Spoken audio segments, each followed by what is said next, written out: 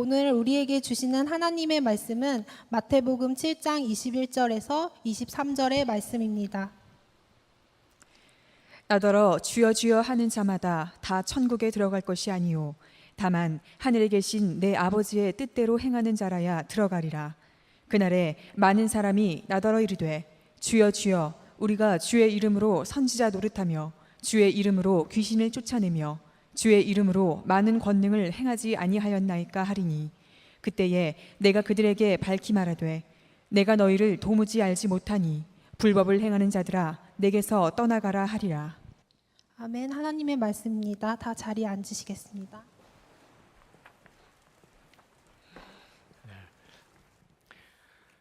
밀양이라는 영화가 있죠. 꽤 작품성이 인정을 받았습니다. 그해 칸느 영화제 여우주연상도 받았죠. 근데 그 영화는 기독교 신앙에 대해서, 복음에 대해서 빈정거리는 그런 영화입니다. 기독교 입장에서는 정말 마음 아픈 영화입니다. 그 전도연 씨가 주연이었죠. 신혜라고 하는 사람의 역할을 맡았습니다. 남편을 일찍 잃고 그리고 아들과 함께 살아가는데 그 아들이 유괴를 당하고 그리고 비참하게 살해가 됩니다. 유괴범을 붙잡았어요. 이 신혜라고 하는 여인이 그 말할 수 없는 비통함과 고통 그리고 분노 그 가운데서 전도를 받습니다. 교회 가서 은혜를 받아요. 그리고 기도하는 중에 도무지 용서할 수 없는 그 유괴범을 용서해야 되겠다 하는 결단을 합니다. 하나님이 나를 용서하셨으니 나도 용서해야 되겠다. 그리고 교도소를 찾아가죠.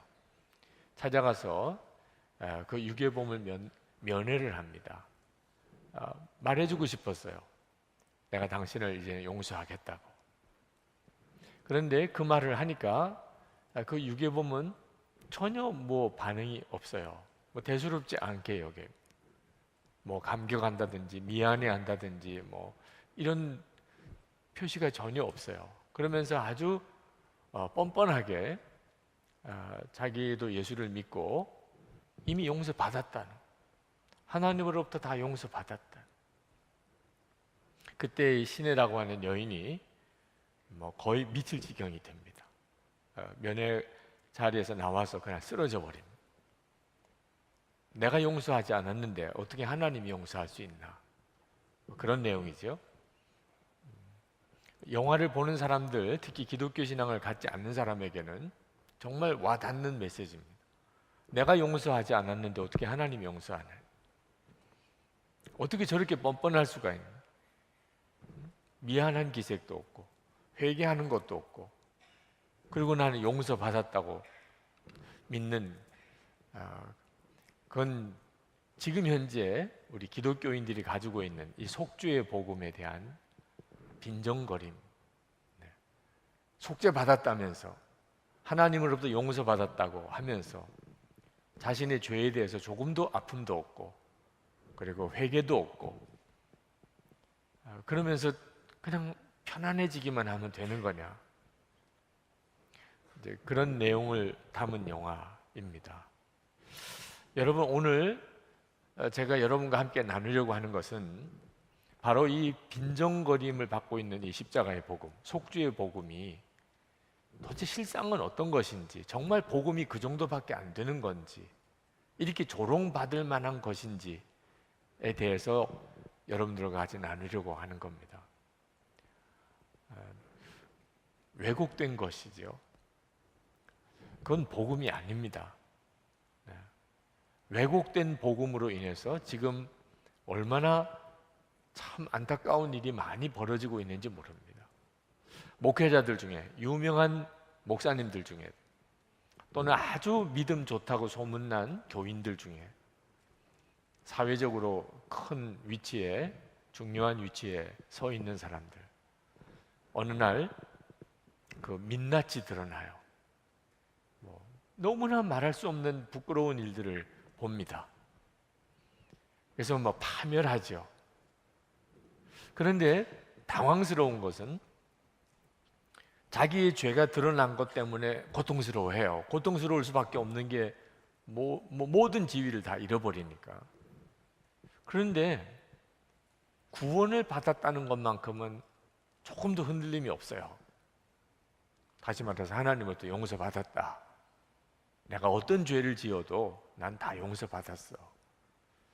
그리고 이걸 믿음이라고 하고 그걸 복음이라고 이렇게 그냥 치부해버리는 일을 봅니다.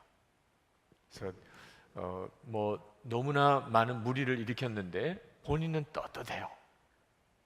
용서받았다.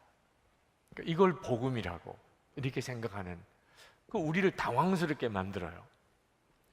본인이 그것 때문에 정말 책임을 느끼고 그리고 책임 있게 행동하고 회개한 모습이 분명하죠.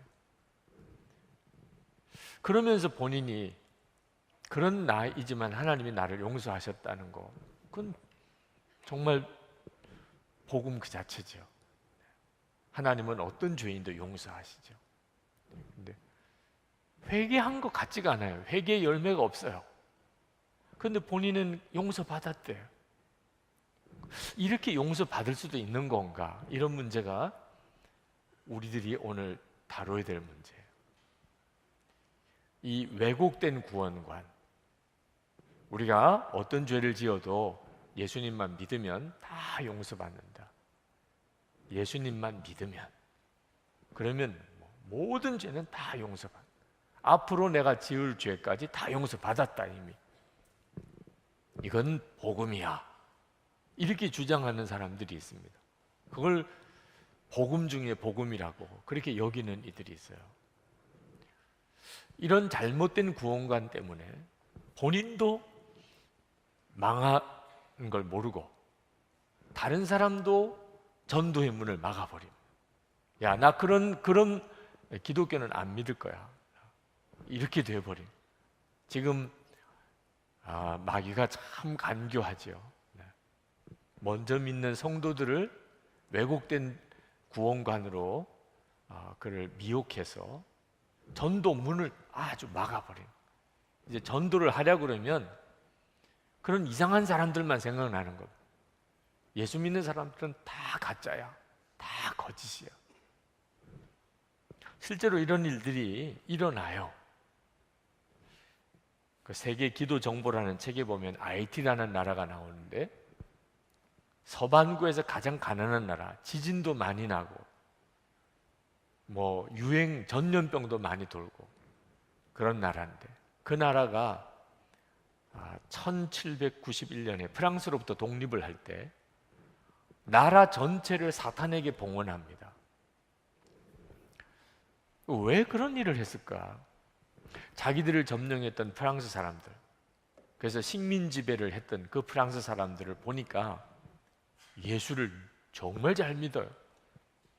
하여튼 마을만 있으면 무조건 예배당 짓고 사람 죽으면 반드시 십자가 위에 세우고 무덤을 만들고, 하여튼 일요일만 되면 온 가족들 정말 깨끗한 새 옷, 좋은 옷 갈아입고 그리고 아이들까지 다 손잡고 하나님 앞에 나가서 예배드리는, 참 자기들이 보기에는 예수를 잘 믿어요.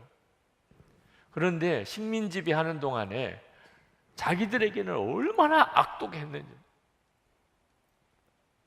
끔찍할 정도로 악독했어요. 그렇게 예수를 잘 믿는 저들이 자기들에게는 얼마나 나쁘게 했는지 아주 치가 떨리는. 그래서 독립을 하게 될 때 저 예수 믿는 사람들 그 예수님하고 반대는 어디냐? 사탄이래더라. 그럼 우리는 사탄에게 나라를 바친다. 그러니 이 나라가 참 불행하고 고통스러울 수밖에 없지요. 왜 그렇게 됐을까요?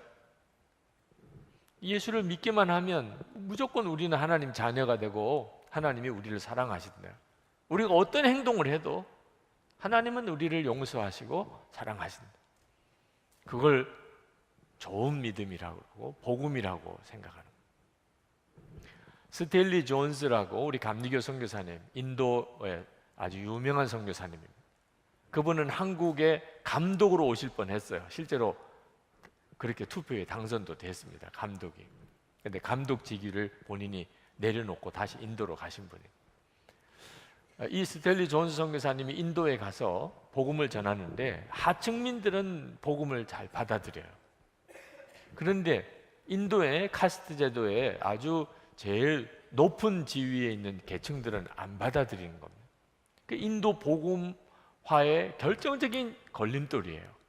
지식층들, 지도자들, 그 신분이 높은 사람들은 예수를 안 믿는 겁니다.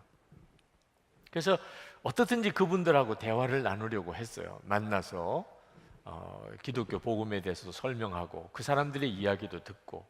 그런데 그 사람들의 이야기를 들으니까 이렇게 이야기를 하는 겁니다. 당신들이 올바른 방법으로 전도하면 우리가 다 예수 믿을 수 있다. 올바른 방법으로 전도하라는 거예요. 도대체 올바른 방법으로 전도한다는 게 어떻게 전도하는 건가? 스탠리 존스 선교사님 고민을 했어요. 나중에 이제 이 인도의 지식층들, 지도자들 만나보니까 이 올바른 방법이 뭐냐면 복음을 전하러 인도에 온 선교사들부터 예수를 진짜 믿으라는. 말이 안 되죠. 예수를 믿으니까 선교사로 왔는데 뭘 또 진짜 믿어요? 거긴 아픔이 있습니다. 인도에 그래도 지식층들, 지도자들은 대부분 다 영국이나 유럽이나 미국에 유학을 갔습니다. 근데 가보니까 인도 사람들, 피부가 까만 그런 인도 사람들은 교회 안에서 엄청난 차별을 받아요. 아주 노골적으로 차별을 해요. 세상에 자기들이 성경에서 본 예수 그리스도는 절대 그런 분이 아니에요. 성경의 말씀은 절대로 그런 말씀이 없어요. 그런데 실제로 영국 교회에 가보니까 말할 수 없이 자기들을 차별해요. 무시하고. 세상에 자기들도 예수를 안 믿네. 아니 도대체 예수님이 어떤 말씀을 하셨고 어떻게 살라고 하셨고 또 어떻게 사셨는지에 대해서 자기들도 실제로는 안 믿네. 그럼 우리 보고 예수 믿으라고? 당신들이나 잘 믿으세요. 당신들이나 진짜 예수를 믿으면서 우리에게 예수 믿으라고 그러면 우리 얼마든지 믿을 수 있다는 왜곡된 복음이에요. 기독교인들이 자기들이 믿는다고 우리는 믿습니다. 예수님 믿기만 하면 우리는 구원받았습니다. 할렐루야 이런 복음이 어디 있어요? 그런데 이렇게 믿는다고 하는 우리들의 삶이 행위가 문제가 있으면 그러면 우리가 믿는다는 복음은 조롱을 받아요. 그러면 정말 예수님을 믿기만 하면 구원받는 건가? 삶이 뒷받침이 되어야 하나님의 뜻대로 사는 삶이 뒷받침이 되어야 구원받는 건가? 이제 여러분 분명하게 알아야 합니다. 여러분 반드시 구원받은 사람은 삶의 변화가 와야 합니다. 이 점에 대해서는 여러분 이젠 분명해야 합니다. 어떤 분들은 이렇게 설교하면 이단이라고도 해요. 구원에 있어서 행함을 강조한다고 이단이라고. 인터넷에 검색해 보면 저를 이단이라고 말하는 사람도 있어요. 그 사람들은 행함은 절대로 말하면 안 돼요. 구원에 있어서 믿기만 하면 된다. 이것만 복음이라는 거예요. 여기서 조금만 다른 이야기하면 다 이단이에요. 저는 반대로 생각해요. 행하면 소용없다. 믿기만 하면 그러면 구원받는다. 이렇게 주장하는 거예요. 믿음을 강조하는 거는 저는 100% 동의해요. 믿음을 강조하는 거. 행하면 소용없다. 그건 이단이에요. 이미 우리가 다 판정 났어요. 그게 구원파예요. 유병헌 씨, 박옥수 씨, 죄사함과 거듭남의 비밀 이런 세미나를 하고 돌아다니는 그 구원파, 그 구원파가 그래요.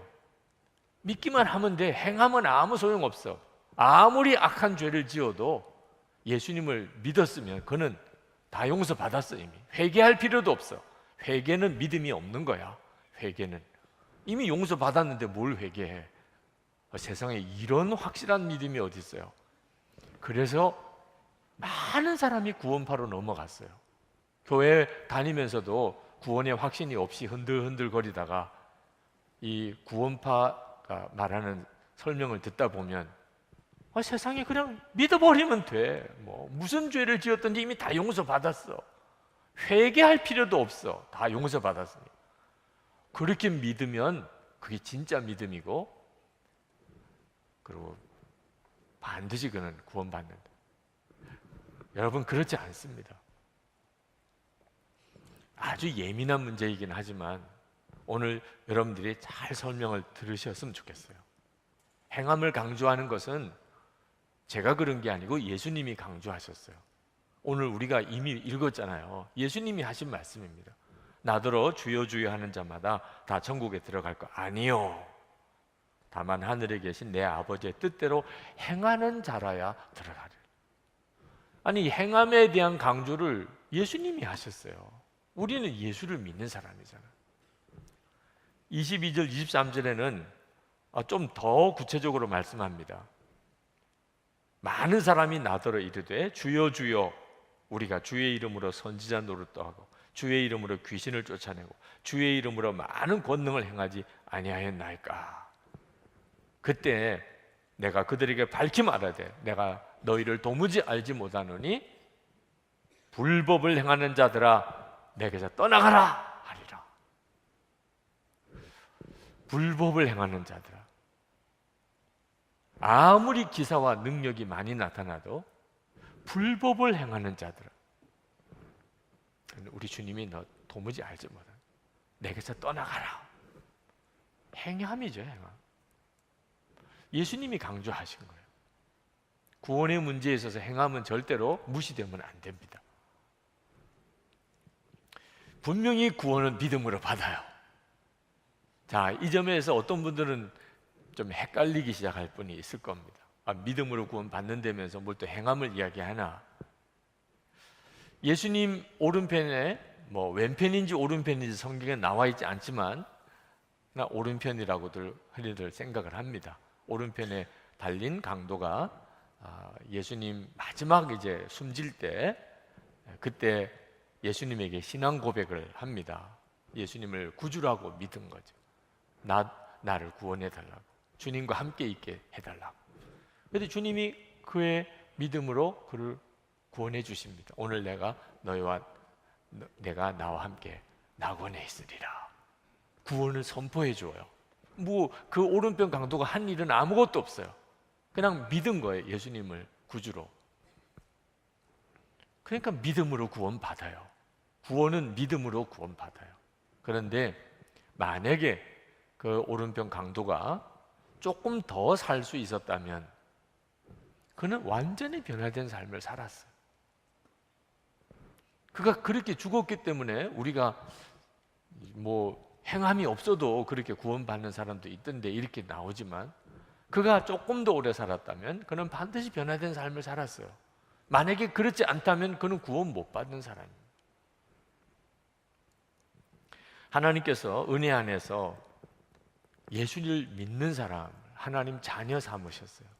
오직 예수님을 믿기만 하면. 이게 복음의 하나입니다. 한쪽이에요, 복음. 그러나 복음에는 또 이어지는 부분이 있어요.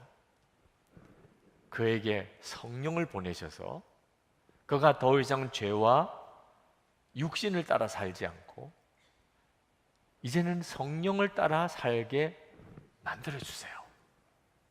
이게 복음에 같이 들어있는 거예요. 그러니까 예수님을 믿기만 하면 구원받는다. 맞아요. 예수를 믿으면 구원받아요. 다른 조건이 없어요. 그런데 그렇게 예수를 믿은 사람에게는 어떤 일이 있냐면 성령이 임하세요. 그리고 그 성령께서 그가 죄와 육신에 종되지 않고 이제는 성령을 따라 거룩한 삶을 살도록 성령께서 역사하세요. 이게 복음이에요. 그러니까 복음 안에는 믿음과 행함이 같이 있어요. 로마서에서는 믿음을 강조하고 야고보서에서는 행함을 강조합니다. 근데 여러분, 이거 모순이죠. 의롭다함을 받는데 로마서는 믿음으로 의롭다함을 받는다, 야고보서는 행함으로 의롭다함을 받는다. 말이 다르니까. 그러나 사실은 같아요. 어떤 점에서 같으냐? 다 하나님의 은혜로 된다는 점. 믿는 것도 하나님의 은혜로 되고 행하는 것도 다 하나님의 은혜로 된다는 점. 그 점에 대해서 같아요.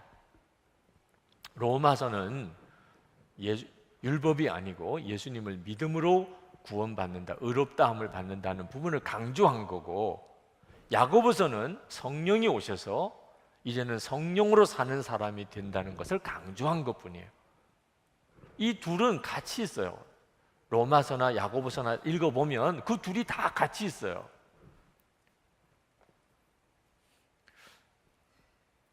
여러분, 믿음이나 행함은 절대 대립적인 개념이 아닙니다. 동전의 양면처럼 같이 있는 거예요. 그래서 행함을 가지고 믿음을 판단할 수 있어요. 믿으면 그 사람은 이제 행함이 있을 거라고 예측할 수 있어요. 그가 정말 예수님을 믿었다. 그러면 이 사람은 삶이 변화되겠구나. 그 사람이 삶이 변화되지 않았다면 이 사람이 믿은 게 아니구나. 행함과 믿음은 서로가 연결되어 있어요. 미국에 2만 명 이상 모이는 아주 기독교 대음악 축제가 여러 군데서 있습니다. 유럽에서도 그렇고.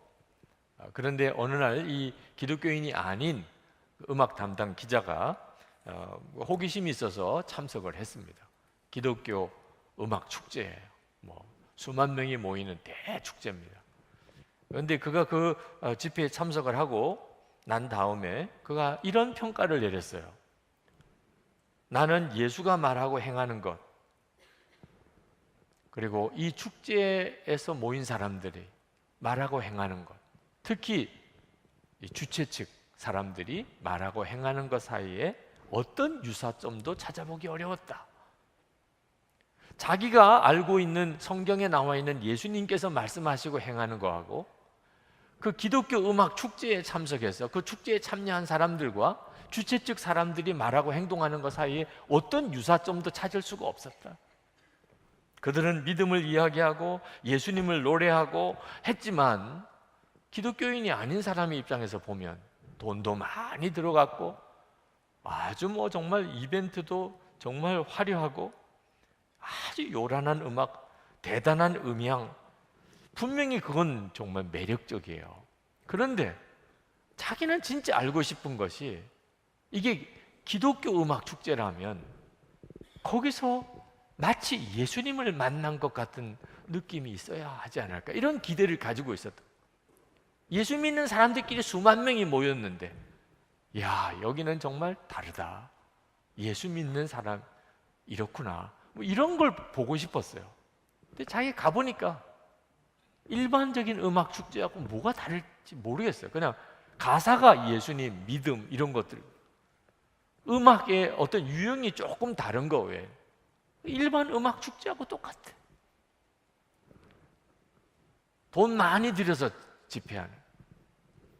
그러면 아무래도 뭔가 그럴듯해 보이는, 광고 많이 하는 거예요.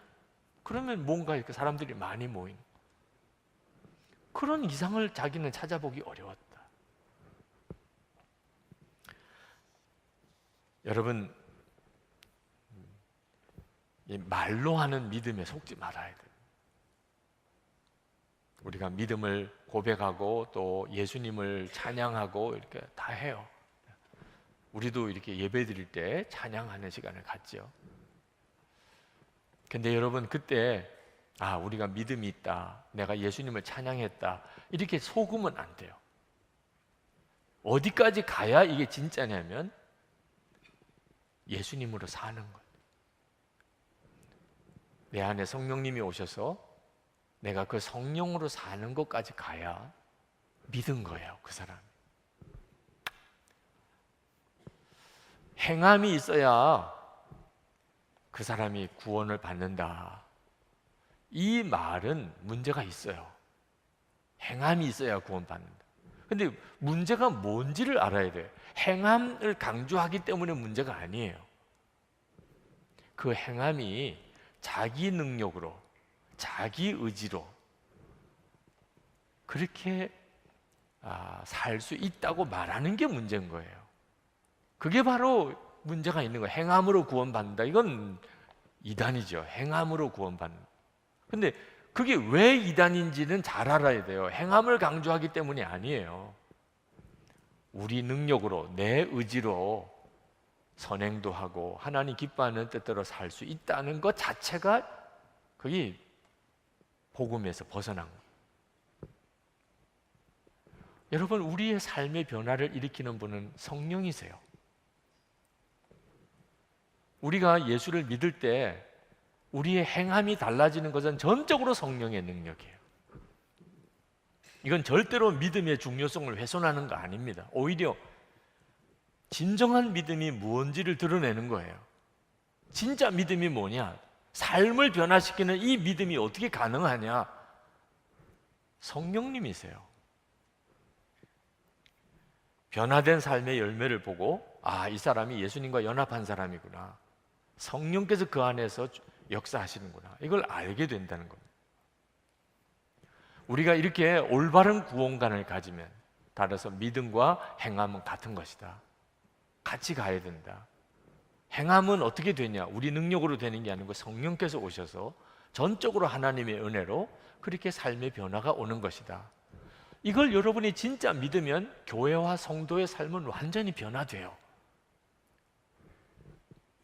청년들인 여러분들에게 꺼내기가 조금 민망하지만 이제 교회 분열이 심하지요. 여러분들 중에도 왜 교파가 이렇게 많아요? 왜 교회들이 그렇게 싸워요? 왜 목사님들은 그렇게 싸워요? 장로님들은 왜 그렇게 싸워요? 왜 우리 교회 안에는 이렇게 파가 많아요? 청년들의 참 안타까움이고 분노죠. 저도 목사의 아들로 어릴 때부터 교회에서 자랐고, 저는 목사가 되어야 된다 그러니까 신학교는 갔지만 교회 좋은 줄 몰랐어요. 그 어릴 때 제게 있어서 가장 아픈 것이요, 싸우는 것이었어요. 교인들끼리 싸우는, 어른들끼리 싸우는 거. 근데 복음을 진짜 알고 나면 예수님도 믿어야 되지만 당연히 그 결과는 원수도 사랑하는. 그렇게 되지 않으면 그건 믿은 게 아니라니까요. 예수님은 믿었으니까 구원은 받은 거고, 뭐 싸우는 건 또 싸우는 거고, 뭐 좀 싸운 거 하나님 앞에 가서 책망 정도 좀 받겠지. 절대로 그런 게 아니라, 내가 누구를 미워하고 교회 안에서 서로 교회가 분열되고 갈라지면 그는 믿은 게 아니라. 그러면 이게 싸울 때 문제가 생기잖아요. 이렇게 모여서 같이 교회를 세워가는데 의견이 안 맞기도 하고, 뭐 어떤 일 때문에 서로 갈등도 생기는 일이 교회 안에도 계속 일어나요. 그럴 때마다 야, 이거 구원도 잃어버리겠네? 내가 누가 자꾸 미워요. 어떤 사람이 자꾸 싫어요. 저 사람들하고 같이 하나 되고 싶지 않아. 우리 좀 교회 이번에 좀 갈라서자. 당신들은 당신들대로 가고 우리는 우리들대로 가고. 그러면 그 사람은 구원도 받은 사람이 아니에요. 교회를 갈른 사람이에요. 그러니까 절대로 그런 일은 있을 수가 없어요. 어떻든지 하나가 돼야 돼. 그래서 성령의 하나됨을 힘써 지키게 되는 거예요. 때때로 교단장 선거 때 돈 봉투가 오고 간다는 이야기를 소문으로 듣습니다. 실제로 제가 뭐 받아본 경험은 없으니까 제가 뭐라고 말을 하기는 그렇지만 그게 사실인 것 같긴 해요. 무슨 교단장 선거 때. 근데 여러분, 복음이 분명치 않으니까 이런 거예요. 예수님만 믿으면 우리가 조금 잘못하고 죄 지은 거 그건 뭐 그냥 하나님이 적당하게 넘겨주신다. 이미 구원은 받았고. 근데 그건 왜곡된 복음이에요. 내가 진짜 예수를 믿었다면 나는 반드시 변화된 삶을 살게 된다. 근데 이게 거룩한 교회 아주 중요한 직책인데 거기에 무슨 돈 봉투가 오고 가요. 세상도 아니고. 이건 구원받은 사람이 할 수 없지. 이건 성령님께서 하시는 일이 아니지. 그것만 깨닫기만 해도 내가 보기에는 지옥 갈 각오하지 않으면 돈 봉투 줄 사람도 없고 받을 사람도 없을 것 같은데 그 돈 봉투에 얼마나 들었는지 모르겠어요. 누가 나한테 주면 한번 열어놔 보고 도대체 얼마가 들었길래 영혼까지 파냐 말이에요. 영혼까지. 제 생각에는 도무지 이해가 안 돼요. 영혼까지 팔아가면서 그렇게 돈 봉투를 주고 받을 이유가 없는데 말이에요. 그건 하나는 예수님 믿었고 나는 예수는 믿었고 구원은 받았고 그리고 돈 봉투 받은 거 나중에 가서 좀 회개하면 되겠지. 이런 정도로 생각하니까 그러니까 그런 모습 소문 듣고 많은 청년들이 교회를 떠나는 거예요. 교회 다 썩었네? 여기 진짜 구원 없네? 한국 교회 예수님이 떠났다 이런 그건까지 책으로 써낸 분도 있어요. 예수는 한국 교회를 떠났다고. 이유는 분명한 구원이 아닌 구원관을 가지고 있기 때문에. 우리가 개인적으로 짓는 이 은밀한 죄도 마찬가지예요. 예수를 믿으니까 죄는 적당하게 지어도 이제 늘 용서받고 하나님의 전공이 용서잖아요. 그죠? 우리 전공은 죄 짓는 거고 서로 딱 맞았잖아요. 이렇게 편안하게 생각하는 사람, 그의 문제는 뭐죠? 성령의 사람이 아니라는 것입니다. 절대로 성령님은 그렇게 믿게 하지 않으세요. 그러니까 은밀한 죄를 짓는 것을 적당하게 생각하고 넘기는 겁니다. 이건 정말 끔찍한 일이죠.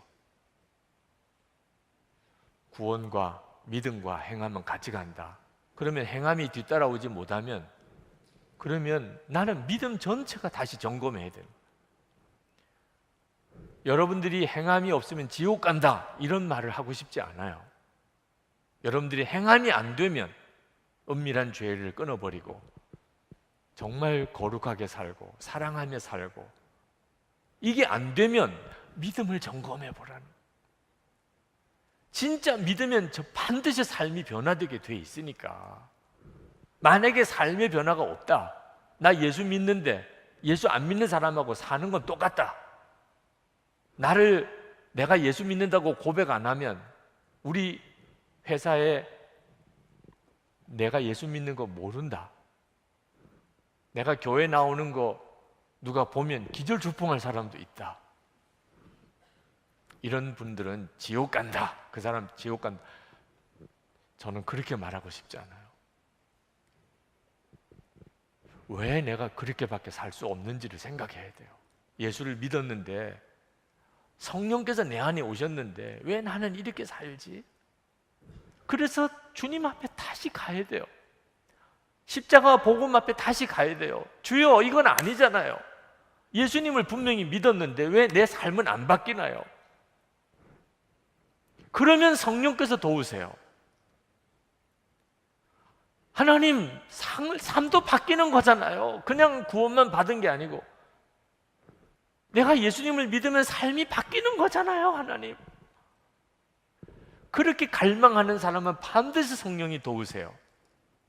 그래서 그가 변화된 삶을 갖게 돼요.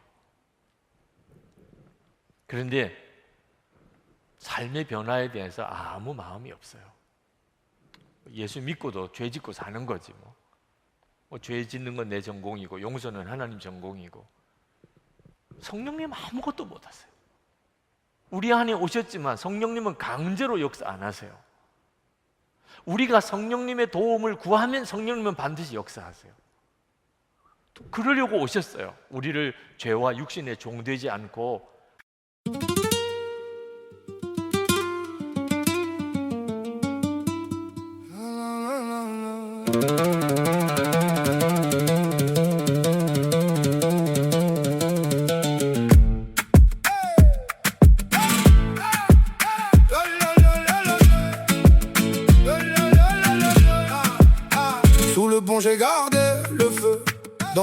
mes os, dans mes voeux.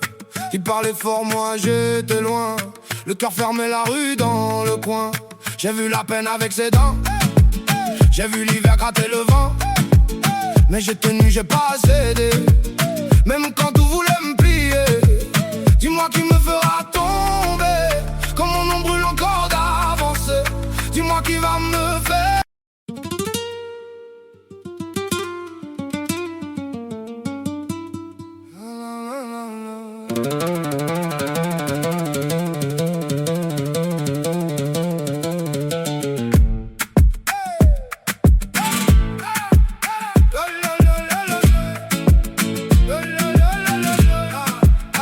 Sous le pont j'ai gardé le feu. Dans mes mains, dans mes os, dans mes voeux. Il parlait fort, moi j'étais loin. Le cœur fermé, la rue dans le coin. J'ai vu la peine avec ses dents. J'ai vu l'hiver gratter le vent. Mais j'ai tenu, j'ai pas cédé. Même quand tout voulait me plier. Dis-moi qui me fera tomber. Comme mon nom brûle encore d'avancer. Dis-moi qui va me faire.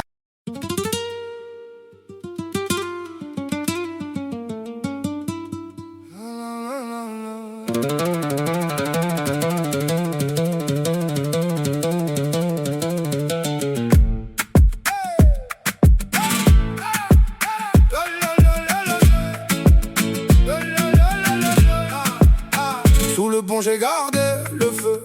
Dans mes mains, dans mes os, dans mes voeux. Il parlait fort, moi j'étais loin. Le cœur fermé, la rue dans le coin. J'ai vu la peine avec ses dents. J'ai vu l'hiver gratter le vent. Mais j'ai tenu, j'ai pas cédé. Même quand tout voulait me plier. Dis-moi qui me fera tomber. Comme mon nom brûle encore d'avancer. Dis-moi qui va me faire.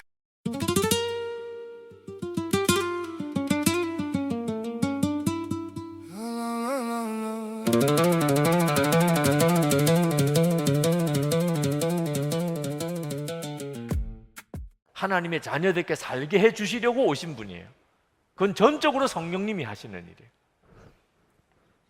그런데 우리가 원하지 않으면 그럼 성령님 역사 못하세요. 북한 사역을 참 오래 하신 목사님, 북한에서도 그분에 대해서 인정해요.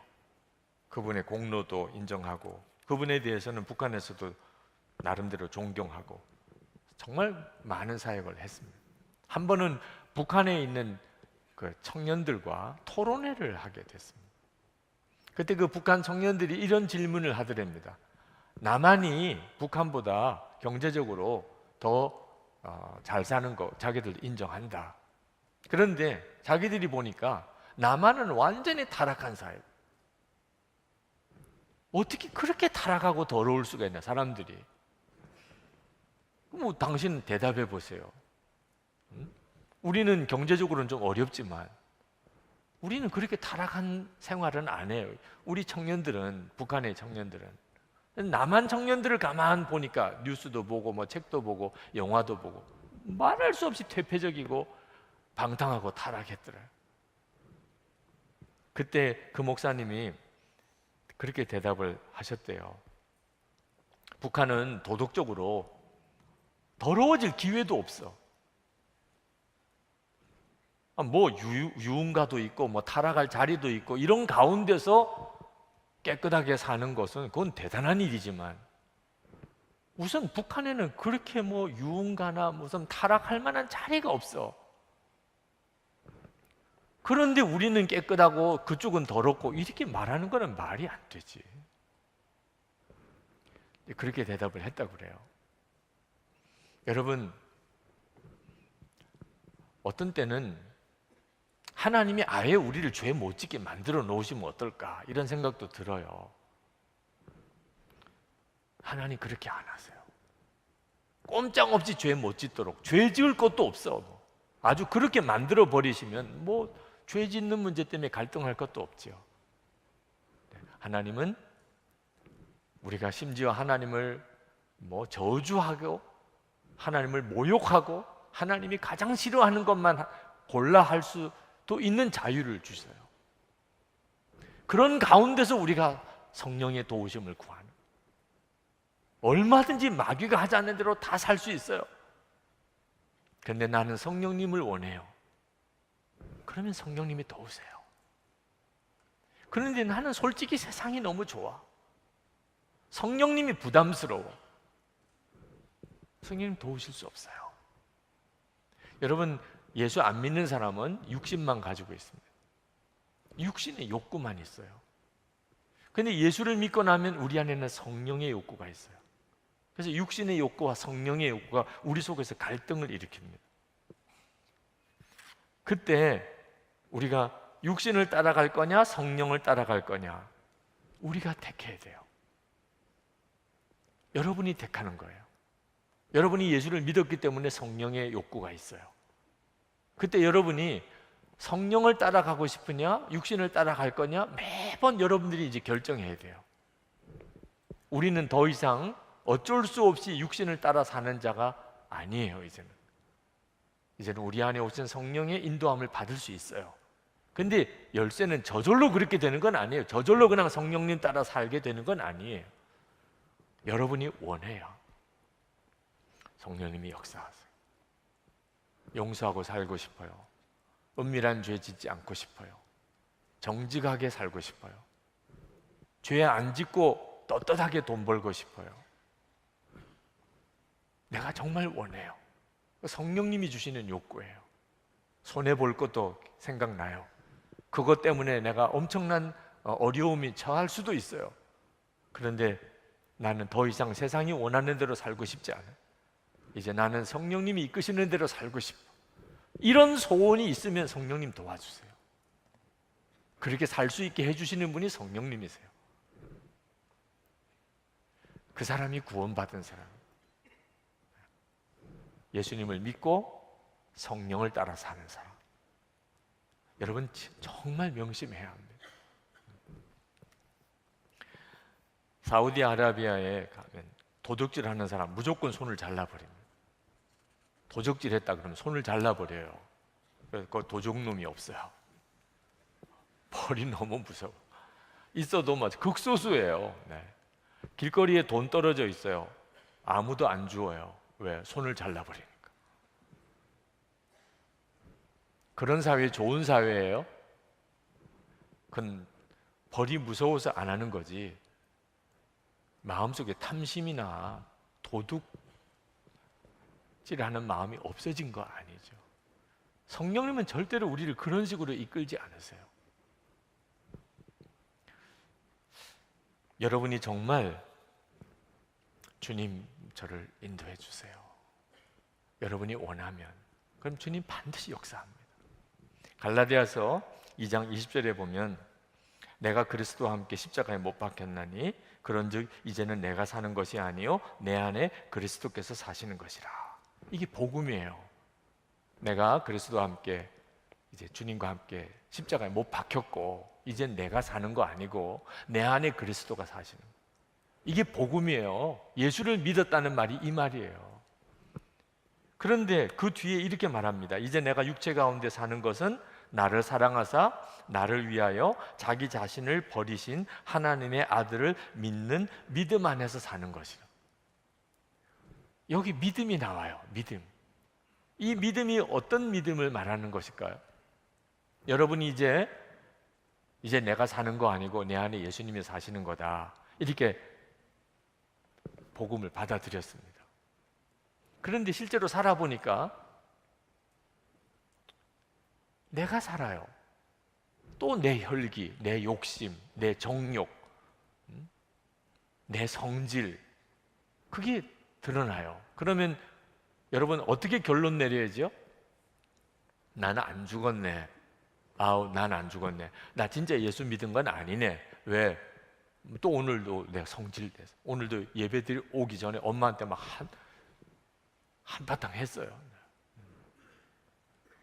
괜히 또 그 뭐 화장하는 문제, 옷 문제 이런 거 건드리는 것 때문에 막 폭발했어요.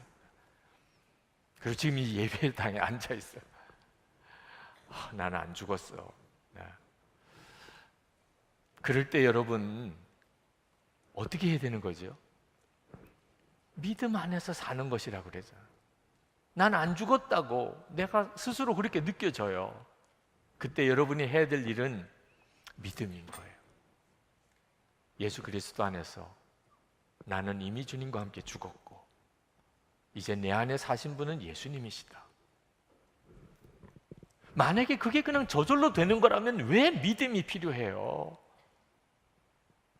그게 그냥 저절로 이루어지는 거라면 이제부터는 뭐 혈기도 없고 뭐 성질도 없고 뭐 음란한 생각도 안 들고 욕심도 안 들고 뭐 맨 사랑스럽게만 하고 뭐 늘 기쁘기만 하고 뭐 이런다면 믿음으로 산다는 말이 무슨 필요가 있어요? 믿음으로 산다는 거는 뭐예요? 도무지 믿을 수가 없는데 믿는 게 믿음이잖아요. 도무지 안 믿어지는데 믿는 게 믿음이잖아요. 그게 믿음의 역사지요. 나는 안 죽은 것 같아. 나 도무지 변화되지 않을 것 같아. 벌써 막 포기야 나는. 이런데 이제 진짜 믿음이 역사해져. 나는 예수님과 함께 죽었어. 내 안에 예수님이 사셔. 이렇게 선포하는. 실패했는데 진짜 좌절할 만한데 아니야. 나는 예수님을 믿을 거야. 주님을 믿는 믿음 안에서 나는 사는 거야. 나는 나를 믿는 게 아니고 예수님을 믿는 거야. 그럴 때 믿음이 쓰는 거예요. 믿음이. 행함도 없으면서 나는 믿어 이런 때 쓰라고 하는 게 아닌 거예요. 내가 도무지 성령으로 사라지지 않는데 자꾸 나는 육신으로 살아가는 것 같은데 주님, 저는 말씀을 믿습니다. 저는 예수님의 십자가의 능력을 믿습니다. 저는 주님과 함께 이미 내 옛사람은 죽었습니다. 죄의 종로로 사는 옛사람은 죽었습니다. 저는 이제 예수님이 내 생명이신 걸 믿습니다. 주님이 나에게 거룩하게 살게 해주실 것을 저는 믿습니다. 저를 거룩하게 살게 하실 분은 예수님이십니다. 그게 바로 믿음으로 사는 것이라. 그리고 정말 믿으니 주님은 내게 완전히 변화된 삶을 주셨네. 내 노력으로 된 게 아니고 믿음으로 변화됐어요. 여러분 모두가 다 그렇게 살게 되기를 축복합니다. 여러분이 예수님을 믿은 것은 대단한 일이에요. 참 놀라운 일이에요. 그건 반드시 삶의 변화로 이어집니다. 예전처럼 살 수가 없어요. 성령께서 여러분 안에 오셨기 때문에. 근데 저절로 되는 건 아니에요. 삶의 변화가 저절로 일어나는 건 아니에요. 여러분에게는 이제부터 믿음 안에 사는 게 필요해요. 그것은 예수님이 여러분 안에 오셨다는, 그냥 용서만 받은 게 아닙니다. 예수님이 여러분 안에 오셨어요. 이 사실을 계속 믿음으로 고백하고 나가요. 집에 가서 엄마 아빠가 여러분이 변화될 것을 도무지 인정을 안 해주죠. 난 너 포기했다. 그럴 때 예수님께서 저를 변화시키실 겁니다. 말도 안 된다고요. 이제는 예수님까지 거명하냐. 그래도 여러분 나는 죽었고 예수님께서 나를 변화시키실 겁니다. 꼭 그렇게 선포하세요. 네. 그러면 반드시 여러분 부모님이 주님의 영광을 보게 되실 겁니다. 아, 진짜 놀랍구나. 주님이시구나. 너는 절대로 이런 사람이 될 수가 없어. 내가 낳았잖아. 내가 다 알아. 너 어떻게 이렇게 변했니? 그게 바로 예수를 믿는 거예요. 믿음과 행함은 같이 가고. 그래야 진짜입니다. 이제 우리 성찬을 받겠습니다. 이 성찬은 기가 막힌 복음입니다. 주님이 우리와 함께 계신 것을 다시 한번 확인하는 시간. 이건 확인하고 또 확인하고 확인해야 될 일이기 때문에. 왜? 우리는 워낙 믿음이 없어서 주님이 나와 하나가 됐다는 사실이 자꾸 무너져요. 아닌가 봐. 예수님과 내가 하나가 됐다는 것은 그저 말뿐인가 봐. 그렇지 않기.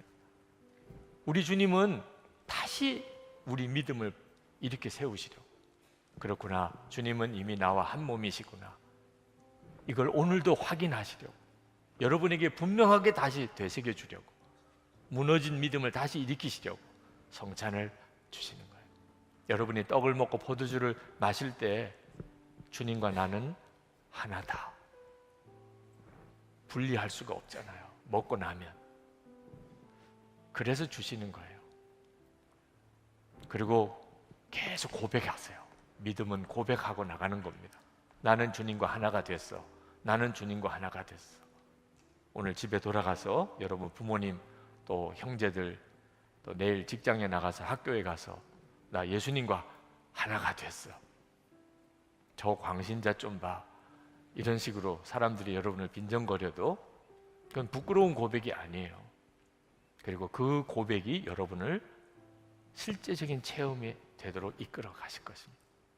이제 기도하실 때 주님, 제 안에 주님과 하나됨에 대한 분명한 믿음을 주십시오. 그리고 그 믿음이 나의 삶을 변화시키는 증거가 되게 해 주옵소서. 오늘 성찬을 통해서 정말 주님과 온전한 연합이 내게 회복되게 해 주옵소서. 우리 통성으로 기도하겠습니다.